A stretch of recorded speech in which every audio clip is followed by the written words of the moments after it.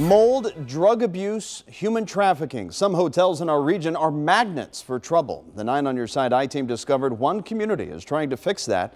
Investigative reporter Dan Monk spent the last few weeks examining how well it's working. All the drug heads. I see them all the time walking in and out of the hall. Pits in their faces, ate up. He says he's seen it all. So many needle caps, needles. Todd Rainey does maintenance at this Days Inn on Glen Springs Drive. The baggies that I know have been ripped off that's had drugs in them. Problems like those are among the reasons Springdale Health Commissioner Matt Clayton has organized an aggressive program to regulate hotels. Typically what shows up on the blue light is biological material. Clayton gave the I-Team an idea of how those inspections work. We're looking to make sure that these beds are free of any vermin. These photos from a Hamilton County inspection at one hotel show bed bugs and mold. Most tri-state health departments with similar programs, including Hamilton County in northern Kentucky, check a small percentage of rooms when they inspect a hotel.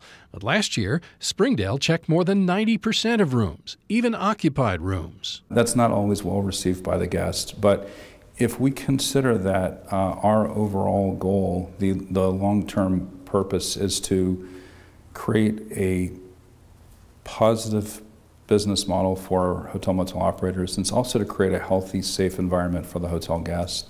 It is truly in their interest. Clayton meets quarterly with Springdale police, fire, and economic development officials to discuss what they're seeing in the city's hotels.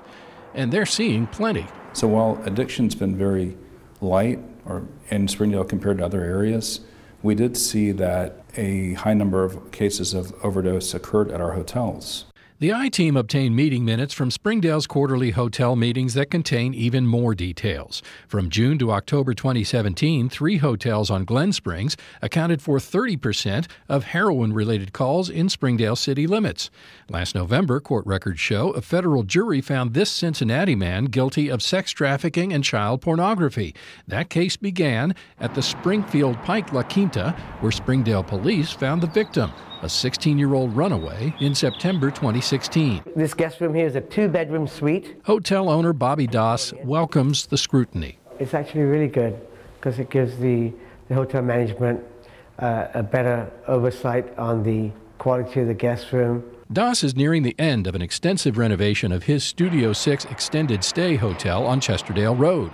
He says he didn't realize until after he bought it how much work it would require. There's a lot of violations in the property from previous owners. My first thought process was, how did this property become this condition if it was inspected on a regular basis? Doss has evicted 4 long-term guests since October. By June, he'll have renovated every room. He's gradually raising room rates and expects a brighter future.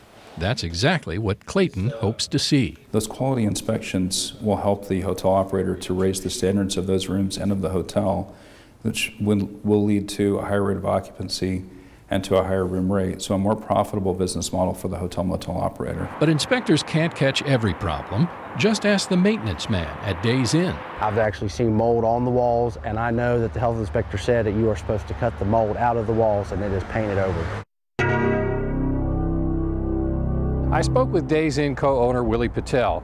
He told me the mold was scraped and treated before it was painted over. He also said the property has taken several steps to combat drug use. Dan Monk, 9 on Your Side.